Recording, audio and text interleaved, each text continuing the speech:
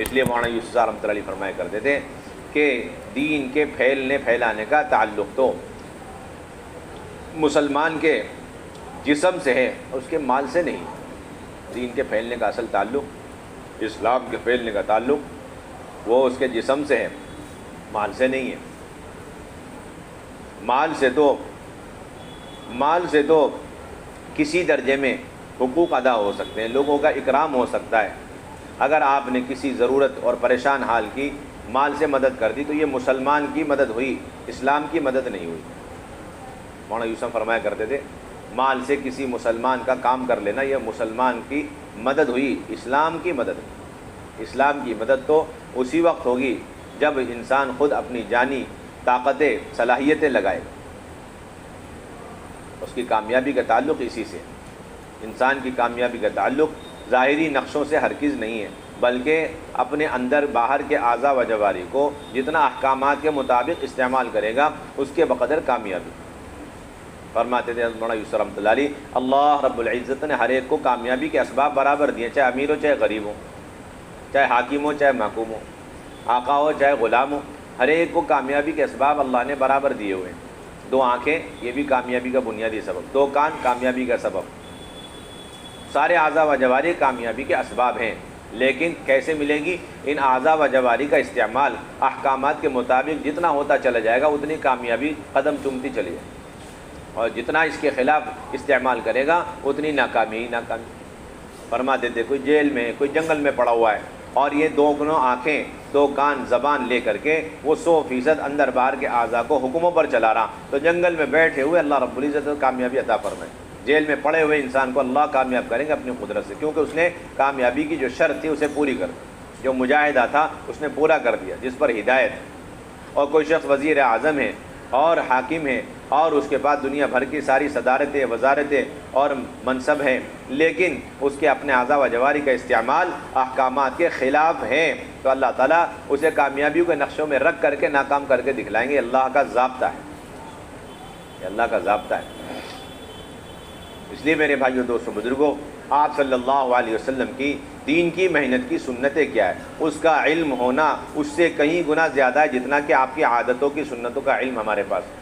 ہم کھانے پینے کی سنتیں خوب یاد رکھتے ہیں اور نماز کی سنتیں خوب یاد ہیں، قیام کی سنتیں کیا ہے، رکوع کی سنتیں کیا ہے، سجدے کی سنتیں کیا ہے، قرات کی سنتیں کیا ہے، اور کھاتے پیتے اٹھتے بیٹھتے چلتے پھرتے تمام ضروریات قضاء حاجت کی سنتیں کیا ہیں، دعائیں کیا ہیں، سب ہمیں معلوم ہے۔ لیکن امت سب سے زیادہ غافل ہے دعوت کی سنتوں سے۔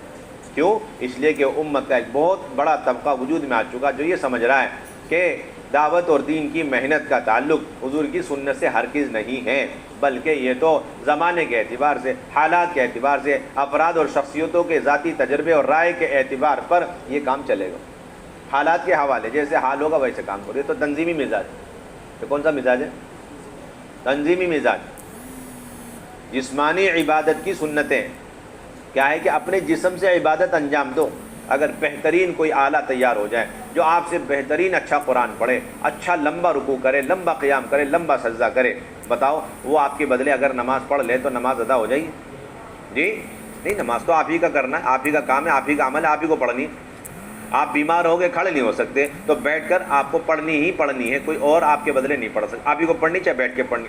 پھر نہیں ہو سکا، لیٹے ہوئے ہیں، پڑے ہوئے ہیں آپ، تو نماز آپ ہی کو پڑھنی، چاہے لیٹے لیٹے پڑھنی، اور لیٹے لیٹے نہیں پڑھ پا رہے نماز، پھر بھی آپ ہی کو پڑھنی ہے، چاہے اشارے سے پڑھنی پڑ جائے، اور پھر بھی نہ ہو سکے تو آپ نماز چھوڑ دیں گے، آپ کے اوپر نماز نہیں ہے، قضا ہوتی رہے گی، لیکن ذمہ آپ کے بدلے نہ تو کوئی انسان نماز پڑھے گا اور نہ ہی مال کے ذریعے سے اس کا بدلہ دیا جائے گا۔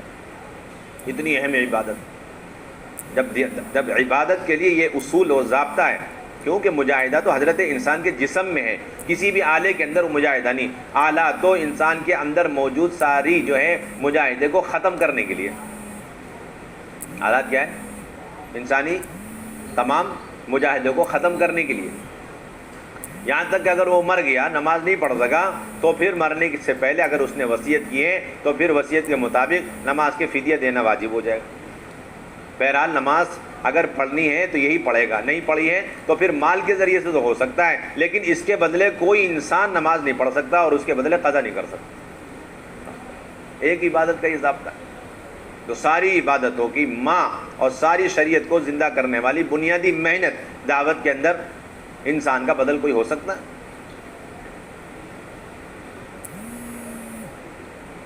حضرت یحییٰ علیہ السلام کو اللہ نے حکم دیا کہ آپ بنو اسرائیل کو بیت المقدس میں جمع کریں اور 5 چیزیں ان تک پہنچا دیں۔ تاخیر ہو گئی، لوگ جمع ہو گئے۔ عیسیٰ علیہ السلام نے پوچھا کہ میں جا کر کے وہ 5 باتیں بتا دوں؟ یحییٰ علیہ السلام نے اس پر فرمایا اگر میں نہ گیا تم چلے گئے اور جا کے میرے بدلے پیغام پہنچا دیا، 5 چیزوں کی تعلیم دے دی، تو ایسا سنگین گناہ ہے کہ اللہ اس پر مجھے زندہ زمین میں دھسا دیں گے۔ جس کام کے اندر نبی سے بڑھ کر کوئی نبی کا بدل نہیں ہو سکتا، اس میں نبی کا بدل نبی نہیں۔ جس کام کے اندر اگر کوئی کسی کا بدل ہو سکتا ہے تو ایک نبی کے کام کا بدل ایک نبی ہو سکتا ہے۔ وہ دونوں کے مقاصد ایک، دونوں کی فکریں ایک، دونوں کی صلاحیت ایک، دونوں برگزیدہ۔ لیکن جب بنیادی اس کام کے اندر نبی کا بدل نبی نہیں تو یہ گندگیوں سے بھرے ہوئے، فحاشیوں سے بھرے ہوئے، برائیوں سے بھرے ہوئے اور بے حیائی کو پھیلانے والے، جہالت کو پھیلانے والے یہ سارے آلات، یہ حضرت انسان کا بدل کیسے ہو سکتے ہیں؟ یہ سب سے بنیادی اصول، سب سے بنیادی سنت ہے۔ اپنی ذات سے چل کر جا کر کے دعوت دینا، ایک ایک کے پاس جا کے دعوت۔ حضور پاک صلی اللہ علیہ وسلم کے زمانے سے لے کر آج تک دعوت کے جن اعمال پر اللہ رب العزت کی غیبی مددیں، نصرتیں ہوئی ہیں اور ہوتی رہیں گی، اس میں سب سے بڑا مہا عمل وہ اپنی ذات سے جا کر چل کر دعوت دینا ہے۔ اللہ کے نبی صلی اللہ علیہ وسلم کا معمول تھا کہ دعوت دینے میں کبھی کسی کو جب تک مجبوری نہیں ہوتی کسی اور کو نہیں بھیجا کرتے، ورنہ ہر ایک کو اپنے ساتھی موجود ہیں، صحابہ موجود ہیں، لیکن آپ صلی اللہ علیہ وسلم ایک ایک امتی کے سامنے کے وقت میں خود ہی دعوت دیا کرتے۔ کیا کرتے تھے؟ آپ خود ہی دعوت دیتے تھے۔ آپ نے ایک دیہاتی کو دعوت دے دی، اس نے کہا کہ آپ کی بات کی گواہی کون دے گا؟ آپ نے فرمایا کہ وہ درخت، وہ کنارے پہ کھڑا ہوا، آپ نے اسے بلایا، زمین پھاڑتا ہوا، چیرتا ہوا آیا، کھڑا ہو گیا، 3 مرتبہ گواہی طلب کی، اس نے 3 مرتبہ گواہی دے دی۔ یہ ہے انفرادی دعوت پر، خود جا کے دعوت دینے پر اللہ کی غیبی مدد نصرت ہے۔ اگر کسی کی ہدایت مقدر میں، وہ ہدایت بھی اسی وقت ملے گی جب جسمانی طاقت لگا کر جا کر کے دین کی دعوت دیں گے، اور کسی کی ہدایت مقدر میں نہیں ہے، ہلاکت ہی مقدر میں ہے، ہلاک اسی وقت ہوگا جب خود جا کے دین کی دعوت دینے میں اپنی طاقت لگا کر کے اپنے مجاہدے کو پائے تکمیل تک نہیں پہنچائے گا تو اس کی ہلاکت بھی نہیں ہوگی۔ ہدایت بھی اسی وقت جب مجاہدہ تکمیل تک ہو، اور ہلاکت بھی اسی وقت جب مجاہدہ دعوت کے اعتبار سے کمال تک پہنچ جائے۔ آپ صلی اللہ علیہ وسلم نے ایک صحابی کو، ایک سردار کو دعوت دینے کے لیے بھیجا، وہ کہہ کے بھیجا دیکھو بڑا خطرناک آدمی ہے، بہت سرکش انسان ہے، لیکن دعوت دینی ہے۔ وہ گئے جا کے اللہ کی دعوت، جب اللہ کی دعوت دی تو وہ آدمی کہنے لگا مشرک کہ بتاؤ جس اللہ کی تم دعوت دے رہے ہو وہ کس چیز کا بنا ہوا ہے؟ لوہے کا، تانبے کا، پیتل کا، سونے کا، چاندی کا، پتھر کا، لکڑ کا؟ یہ تو حیران ہو گئے، کہنے کے واقعی یہ تو فرعون سے بھی گیا گزرا انسان، واپس آ لیے۔ اللہ کے نے ملے گا دوبارہ جاؤ دعوت دو۔ وہ گئے تو دوبارہ وہی سوالات اس نے اٹھائے، جس اللہ کی تم دعوت دے رہے کس چیز کی بنی ہوئی چیز ہے وہ تمہارا معبود کس چیز کا بنا ہوا؟ واپس آ لیے۔ پھر تبارہ اللہ کے نے کہا کہ تبارہ جاؤ۔ یہ کہتے ہیں بار بار جانا، بار بار جانا، بار بار جانا، خاص نبیوں کی سنت۔ آپ یہی ساری چیزیں اپنے حالات پہ ڈال دی۔ کس پہ ڈال دی؟ ایک مرتبہ چل کے جانے کے لیے تیار نہیں اس کام کے لیے جس کے لیے سارے نبیوں کو بھیجا گیا، جس کام کے لیے سارے نبی بھیجے گئے، ان سے بڑھ کر برگزیدہ اور اعلیٰ درجے کے انسان دنیا کے اندر نہیں، جس کام کے لیے ان کی جسمانی صلاحیتیں، طاقتیں، حتیٰ کہ ان کے 2 ٹکڑے کروا دیے گئے، آج وہ سارا کام آلات کے اوپر ڈال کر کے کہہ رہے وَمَا عَلَيْنَا إِلَّا الْبَلَاغُ۔ سوچنے کی بات، 3 مرتبہ بھیجا۔ صحابی کہتے میں تیسری مرتبہ گیا، جب دعوت دینے لگا اور وہ سوال کرنے لگا تو میں نے دیکھا اللہ کا عذاب آ گیا۔ آنکھوں سے میں نے دیکھا ایک بادل کا ٹکڑا آیا اس کے سر کے محاذات پہ اور اس کے اوپر بجلی گری اور اس کے سر کو اڑا کے لے گئی۔ یہ ہے جب مجاہدہ دعوت انفرادی کا تکمیل تک اور کمال تک پہنچتا ہے تو اللہ یا تو ہدایت کے فیصلے فرماتے ہیں یا پھر ہلاکت کے اللہ تعالیٰ انتظام فرماتے ہیں۔ اور داعی وہ ہے جو دعوت دے کر اور دعوت کے اندر کے مجاہدے کو کمال درجے تک پہنچانے کے بعد ہدایت ہی کی امید لگائے اور دعائے ہدایت کرتا رہے، دعائے بد دعا نہ کرے۔ یہ اور اعلیٰ درجے کا مجاہدہ۔ لوگ کہتے ہیں کہ آج کے زمانے میں جو سہولتیں تھی حضور کے زمانے میں ہوتی تو ضرور اختیار کی جاتی۔ حالانکہ حضور صلی اللہ علیہ وسلم کے زمانے میں جو اللہ رب العزت نے سہولتیں آپ کی ذات اقدس کے لیے دی ہیں، قیامت تک سارے سائنسدان مل کے ایسی سہولتیں پیدا نہیں کر سکتے، ایسی سہولتیں پیدا نہیں کر سکتے۔ اللہ کے نبی صلی اللہ علیہ وسلم کو معراج کرانے کے لیے ایسی سواری دی گئی، ساری دنیا والے مل کر قیامت تک کے لیے وہ سواری تیار کر سکے؟ کوئی کارخانہ کہ نہیں؟ عبادت کے لیے سہولت آ گئی، ٹھیک۔ اور پھر جب دعوت کا نمبر آیا، وہی سید الانبیاء دعوت دینے جا رہے، طائف پیدل جا رہے ہیں، اب وہ براق سواری کہاں چلے گئی؟ کس نے چوری کر لی؟ وہ اللہ رب العزت اس بات پر قادر نہیں تھے کہ اپنے حبیب صلی اللہ علیہ وسلم کو ان تکالیف سے بچانے کے لیے اس نوکیلے اور پتھریلی زمین سے پیدل چلانے کے بجائے بہترین سواری، دو بہترین سواری دے کر کے انہیں سیکنڈوں میں، لمحوں میں وہاں پہنچا دیتے، جس اللہ نے انہیں ایک رات کے اندر مکے سے بیت المقدس اور بیت المقدس میں امامت، نماز تمام نبیوں کی، اور اس کے بعد پورے آسمان کا سفر، جنت دوزخ کا سیر، اللہ سے ہم کلامی، سارا کام ایک دن میں ایک رات میں ہو گیا، اور سب کچھ ہو کر کے رات ہی کو واپسی ہو گئی، اور صبح مکے میں خبر دے رہے میں ایسے گیا تھا، ایسے آیا، وہ ماننے کو تیار ہی نہیں۔ اچھا یہ بتاؤ بیت المقدس کے اندر کتنے ستون ہیں؟ اگر آپ بیت المقدس آج ہی رات جا کر آئے ہو تو یہ بتاؤ بیت المقدس میں کتنے ستون ہیں؟ اللہ کے نبی نے دعا مانگی تو اللہ رب العزت نے بیت المقدس کا نقشہ اللہ کے نبی کی آنکھوں کے سامنے رکھ دیا، گن کے بتا دیا اتنے ستون ہیں، بولو اور کیا چاہیے؟ پھر بھی نہیں مانے۔ جو ضدی ہوتے ہیں دلائل کے باوجود نہیں مانتے، دلائل کے باوجود نہیں مانتے۔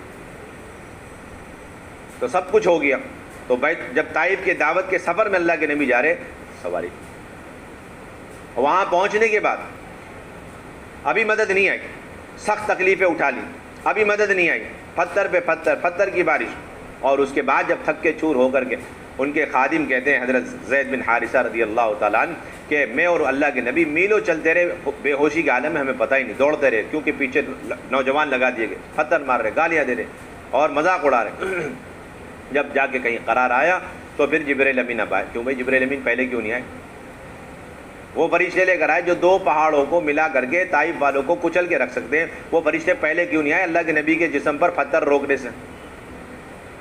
قیامت تک دکھلانا ہے کہ جسمانی صلاحیتیں اور جسمانی طاقتیں اور مجاہدے کے بعد ہی دعوت کا کام ہو سکتا ہے، قیامت تک کے لیے سنت ہے، بتلانے ہی کے لیے یہ، اور پھر یہ بتلانے کے لیے جب اس جسمانی طاقت اور مجاہدوں سے گزرو گے تو پھر اللہ کی غیبی مدد ہے تمہارے ساتھ، ایسے جیسے قرن اول میں۔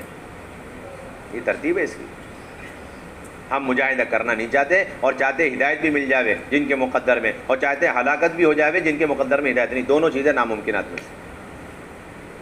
جب تک آپ دعوت کو سنت طریقے پر لا کر اس کے مجاہدے کے اعلیٰ سطح پر نہیں پہنچاؤ گے، نہ ان لوگوں کی ہدایت کے فیصلے جن کے لیے مقدر میں، اور نہ وہ لوگ ہلاک ہوں گے جن کے لیے ہلاکت مقدر میں، ہدایت مقدر میں۔ آپ صلی اللہ علیہ وسلم کا مستقل معمول، آپ صلی اللہ علیہ وسلم تو انفرادی دعوت دینے ہی کے لیے ایسے ایسے راستے اختیار کرتے تھے جو انتہائی خطرناک ہوتے، ڈاکوؤں کے راستے ہوتے تھے، لیکن انہیں دعوت دینے کی غرض سے وہ راستہ اختیار کیا، سہولت والا راستہ چھوڑ کے گئے۔ آج ہم سب کا مزاج ہے کہ تکالیف والے راستوں کو چھوڑ کر سہولت والے راستے ہی ہم اختیار کرتے، سہولت والے راستے اختیار کرتے۔ حضرت مولانا یوسف صاحب رحمۃ اللہ علیہ کا سفر تھا ایک علاقے کا، ٹکٹ بنانے کا مسئلہ آیا تو حضرت مولانا یوسف نے فرمایا کہ اس راستے پہ جانے والی گاڑیوں میں ایسی گاڑی جو سب سے زیادہ رک کے ہر پلیٹ فارم، ہر اسٹیشن پہ رکے، ایسی جو ہے اس پیسنجر گاڑی میں کر دو۔ پوچھا کیوں؟ تاکہ حضور صلی اللہ علیہ وسلم کی سنت کی اتباع ہو جائے، ہر گاؤں سے گزرتے ہوئے ہم دعوت دیتے ہوئے جاوے۔ مدینے میں اجتماع کے لیے اللہ کے نبی جا رہے، ڈاکوؤں کا راستہ اختیار کر کے جا رہے تاکہ ان کو دعوت دیتے ہوئے جائے، اور ہم یہ چاہتے ہیں کہ بغیر کسی محنت اور مجاہدے کے سفر کر کے سیدھے پہنچ جائے۔ مولانا یوسف فرمایا کرتے جی ایسی گاڑی لاؤ جو وہاں جاتے ہوئے سب سے زیادہ رک کر کے جاوے، ہر اسٹیشن پہ رکے تاکہ ہر گاؤں والوں کو، ہر اسٹیشن والوں کو ہم دعوت دیتے ہوئے جائیں۔ دعوت کی سنتیں، اس لیے بنیادی ذمہ داری آپ صلی اللہ علیہ وسلم نے حضرات صحابہ رضی اللہ عنہ اجمعین کو مدینہ طیبہ کے اندر رکھ کر کے مسجد اور اعمال مسجد پر اٹھایا، اور پھر 24 گھنٹے حضرات صحابہ کو اس طرح مسجد کا عادی بنایا کہ حضرات صحابہ گھروں میں کم اور مسجدوں میں زیادہ رہا کرتے تھے۔ حضرات صحابہ مسجدوں میں کم، مسجدوں میں زیادہ، گھروں میں کم رہا کرتے تھے۔ بقول حضرت جی مولانا یوسف صاحب رحمۃ اللہ علیہ کے ایک صحابی کی زندگی کو میں نے غور سے دیکھ لیا۔ اللہ کے راستے میں نکلنے کا وقت ان کے کھاتے میں سالانہ 6 سے 7 مہینے، ہر صحابی کے حصے میں کتنے سالانہ؟ جی 6 سے 7 مہینے. آج بھی وہی درخواست ہے، ہر امتی سے درخواست ہے سال کے 6 مہینے دو. 4 مہینے اللہ کے راستے میں لگاتار، اور پھر 2 مہینے نظام الدین کے مشورے کے حوالے ہو جاؤ. اکٹھے 6 مہینے کی تشکیل نہیں، 6 مہینے کی تشکیل ہے لیکن اکٹھے لگانا نہیں. 4 مہینے خروج کے، باقی 2 مہینے نظام الدین کے مشورے سے. بھائی لگائیں گے انشاءاللہ. اور فرماتے تھے اس کے بعد کیا تھا، 6 مہینے کمانے کے لیے بیٹھ جاتے تھے حضرات صاحبہ، کہ نہیں، ان کا اگلا کام تھا کہ مدینہ طیبہ میں جو پوری دنیا سے، پورے عرب کے علاقے سے دین سیکھنے کے لیے کلمہ پڑھ کر کے ماحول میں آ کر دین سیکھنے کے لیے آتے تھے. اب ان کی نصرت کی ذمہ داری انہی انصار کے اوپر تھی. ان کے اوپر تھی، ان انصار مدینہ کے اوپر تھی. ایک ایک صحابی کے اوپر ایک گھرانہ، 2 گھرانہ، ایک خاندان، 2 خاندان. ایسے میں حال یہ بنا کہ گھر کے اندر فقر و فاقے کا عالم شروع ہو گیا انصار کے. اور اللہ کے نبی صلی اللہ علیہ وسلم بجائے یوں کہنے کہ بھائی ہجرت کر کے لوگ دین سیکھنے کے لیے آ رہے ہیں، لہٰذا خوب کماؤ، زیادہ وقت کمائیوں میں لگاؤ اور پھر انہیں خوب کھلاؤ، ان کی خوب نصرت کرو، 10 گھنٹے تم کماؤ، یہ بات کہیں نہیں ملتی سیرت کے اندر، کہیں نہیں ملتی. مولانا یوسف علی کا جملہ فرماتے تھے بجائے یوں کہنے کہ یوں کہا کہ جتنا وقت یہ مہاجرین مدینے میں دے رہے مسجد کے اندر، اتنا ہی وقت اے انصار مدینہ تم بھی مدینہ مسجد میں دو. کیا فرماتے تھے؟ اتنا ہی وقت تم بھی دو. تو کمانے، ایک تو ایک انصاری پر ڈبل بوجھ، اور دوسرا کمائی کا جو نقشہ تھا اسے بھی چھوڑوا دیا. کمائی کا جو نقشہ اسے بھی چھوڑوا دیا. نتیجہ یہ ہوا گھر کے اندر فقر و فاقے شروع ہو گئے. مالدار سے مالدار انصاری صحابی کے گھر میں چولہے بجھ گئے. پھر جب اللہ کے راستے میں جانے کی باری آئی تب بھی یہ بات نہیں تھی کہ مہاجرین کو بھیج دیا جائے، انصار رہیں، چلو پیچھے رہ کے کاروبار دھندا دیکھو اور اچھی طریقے سے کمائیوں کا انتظام کرو. کہ نہیں، ساتھ میں نکلنا ہے. اب ساتھ میں نکلنا ہے تو یہ نہیں، بلکہ ساتھ میں نکلتے وقت یہ ہدایت ہے ایک ایک انصاری سے کہ 3 سواری ہے تو 2 مہاجرین کو دے دو، ایک اپنے ساتھ رکھو، یا ایک اپنی سواری میں 2 مہاجرین کے لے لو، اور اپنے ساتھ 4-5 مہاجرین جتنی ہو سکے ان کا بھی توشہ لے کر کے جاؤ. خوشحال انصار اللہ کے راستے میں بھی فقر و فاقے، خوشحال انصار اپنے گھروں میں رہتے ہوئے بھی فقر و فاقے. نصرت کا یہ سلسلہ تھا.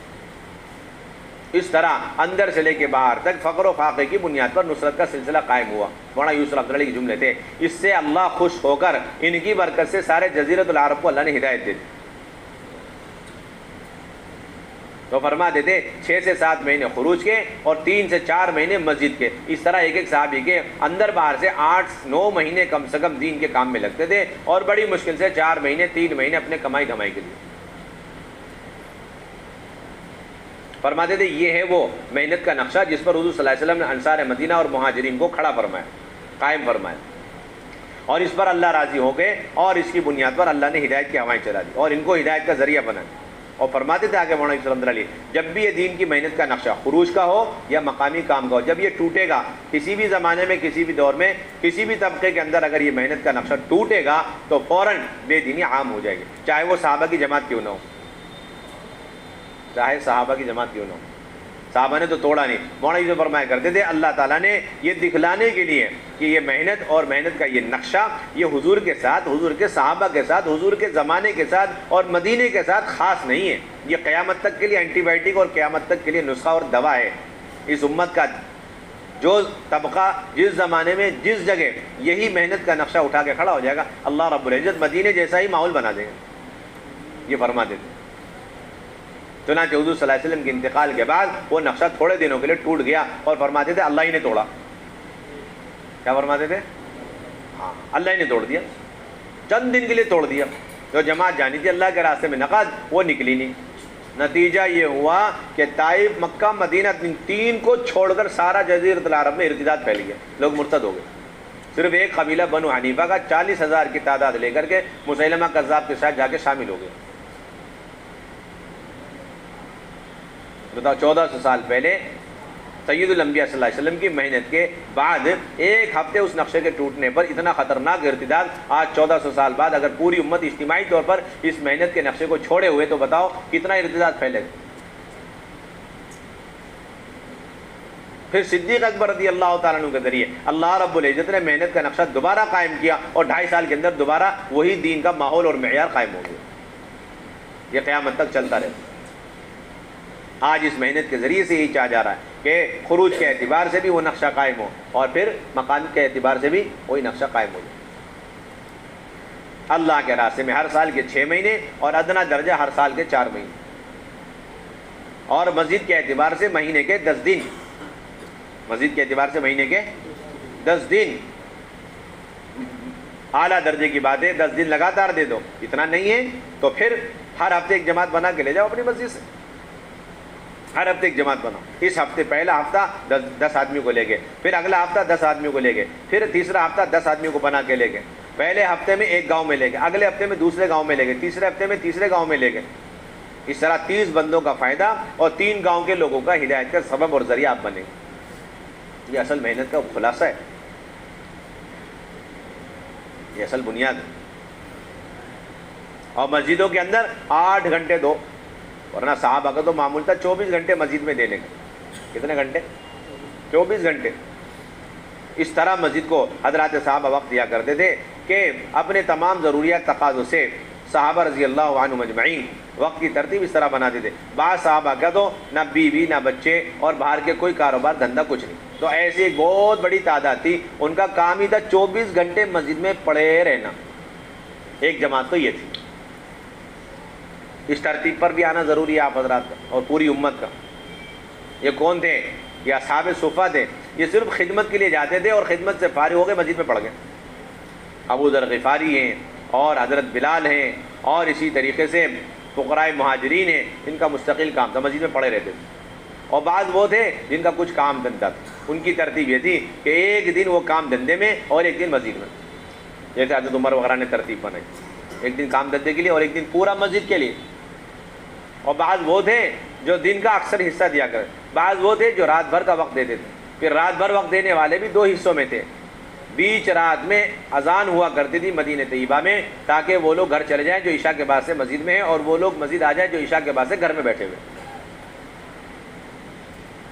یہ وقت دینے کا سلسلہ تھا مسجد النبوی کے اندر، ہر وقت مسجد النبوی، اس لیے مولانا یوسف فرمایا کرتے تھے کوئی بھی مسجد النبوی کبھی بھی مقامی مسلمان سے خالی نہیں، اتنا لمبا لمبا حضرات صحابہ لے کر کے بیٹھا کرتے تھے ایمان کے اور علم کے حلقوں میں کہ حضرت عمر رضی اللہ تعالیٰ عنہ کو کہنا پڑا، اور وہ لوگ سمجھتے تھے کہ بھائی مسجد تو صرف اعمال کی جگہ ہے، یا نہ سو سکتے ہیں نہ آرام کر سکتے ہیں، تو حضرت عمر رضی اللہ تعالیٰ عنہ کو رحم آیا اور کہنا پڑا کہ دیکھو جو شخص مسجد کے اندر لمبا بیٹھا ہوا ہے، اس میں بیٹھا طواف کے لیے ہے اور اسی مسجد کے اندر ذکر کے لیے، تلاوت کے لیے، نماز کے لیے لمبا بیٹھا ہوا ہے، تو ایسا شخص تھوڑی دیر کمر سیدھی کرنے کے لیے لیٹ سکتا ہے۔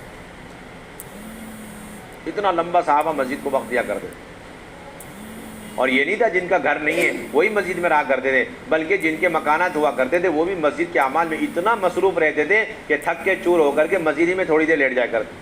حضرت عمر بھی مسجد میں لیٹ گئے، اور حضرت عثمان رضی اللہ تعالیٰ عنہ وہ بھی اپنے زمانے خلافت میں مسجد ہی میں لیٹ جایا کرتے تھے۔ حضرت عمر کا تو یہ حال تھا کہ مسجد میں ہر وقت یا تو جماعت بنا کے ملک شام روانہ کر رہے ہیں، یا پھر جماعت گئی ہوئی اللہ کے راستے میں ملک شام میں، اب جو جماعت کا اس جماعت کے قاصد آ رہا ہے پیغام لے کر، اس کے انتظار میں گھنٹوں مسجد میں بیٹھے ہوئے انتظار میں، اور انتظار کرتے کرتے کرتے مسجد کے دروازے پہ ان کی نیند لگ گئی، وہیں پڑے سو گئے۔ اتنی دیر میں قاصد آیا، وہ آ کے کونے میں بیٹھ گیا، ان کی آنکھ کھلی، کیا بات ہے کہ میں قاصد ہوں، مجھے کیوں نہیں اٹھایا؟ اجی حضرت آپ سو رہے تھے، آئندہ کبھی ایسی غلطی مت کرنا، میں تمہارے انتظار میں بیٹھا ہوا تھا، جیسے آ جاؤ فوراً اٹھا دیا کرو۔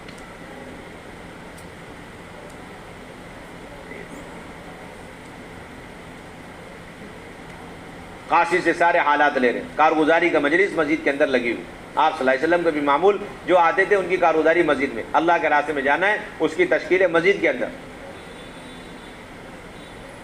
آپ کارگزاری میں، اور قاصد کارگزاری سنانے کے بعد کہہ رہا کہ اتنے سارے خطوط میں لے کر کے آیا ہوں، اللہ کے راستے میں جانے والے مردوں نے اپنے گھر والوں کے لیے خطوط لکھے،